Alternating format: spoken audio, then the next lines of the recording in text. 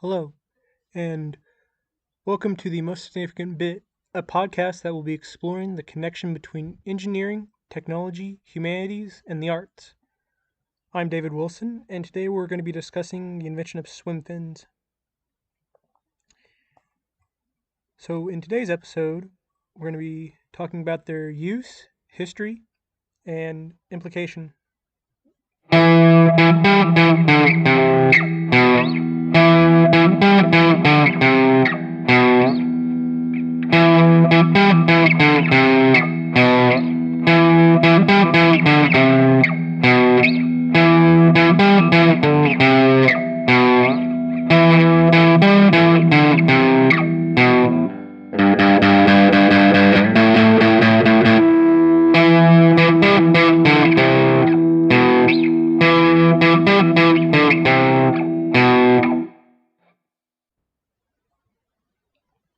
So, starting off, we're going to talk about the first three inventors. Leonardo, who just had these sketchbook ideas and some stated research, but he never made anything. Founding father, Benjamin Franklin. Now, he had made a prototype, and he was an inventor. He had made the prototype out of these wood and these other straps, kind of like just a block or a cylinder block that he would put on his feet and hands and use to swim. And he had noted that they had improved his swimming speed and made him go faster, but he never did anything more with them. And then our third inventor is Louis de Latouche. He's a Frenchman, and it was after World War I was over, he came up with the idea, and he actually had his idea patented, but he had a hard time getting production going. And then he talked with this guy named Churchill, and Churchill's the guy who brought it over to America and got production going on them and started taking off with that. Now, what Churchill ended up doing was he went to the U.S. military, convinced them to pick this up, and the U.S. military started using them for special operations, or UDT teams, underwater demolition teams.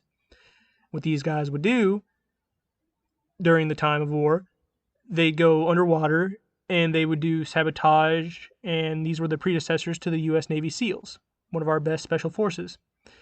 These are also used by British in joint command operations with their frogmen, who would the same thing. They'd go underwater, do underwater demolitions, clear obstacles, sabotage boats. Two very big significant events they were involved in would have been spearheading the D-Day landings, and they were sabotaging the traps and obstacles that were the Germans put in place to stop the Allies for landing on the beach, and also Operation Torch, which is landing operations on the northern part of Africa to liberate that from German occupation. So these inventions had been used by forces for very key historical events that were very important to the modern world. And I'll get to more modern use now.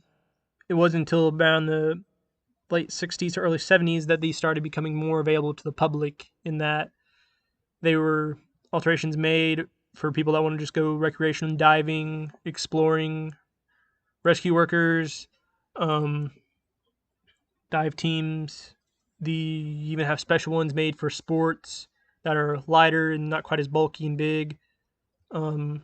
They've got special ones now that are these longer ones, and they're used for deep water diving to generate more kick. How these are, how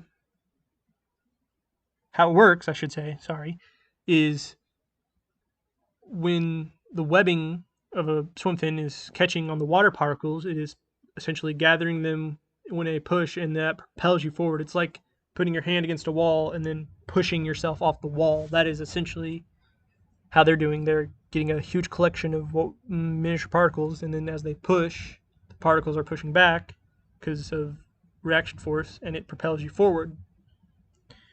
The animal that is credited for helping inspire this, both by Benjamin Franklin and by Leonardo, is the duck. And it's inspired by a duck because of a duck's webbed feet and how they're able to walk on both land and swim in water. And a duck feet, since they're the web pattern, when they kick, they catch the particles, and that's how they propel them. That's how when a duck is sitting in water and he's kicking his feet around, he's propelling himself forward.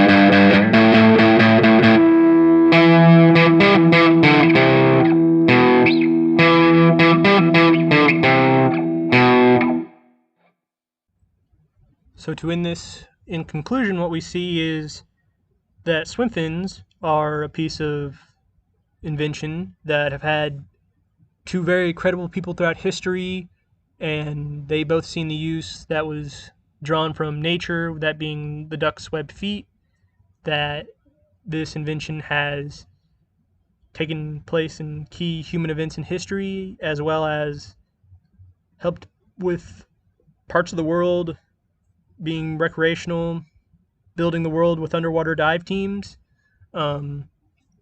Just overall, this is an invention that has contributed a lot to human society, and it's just an idea formed from how ducks are able to propel themselves in water. And thank you. I'm David Wilson, and signing off.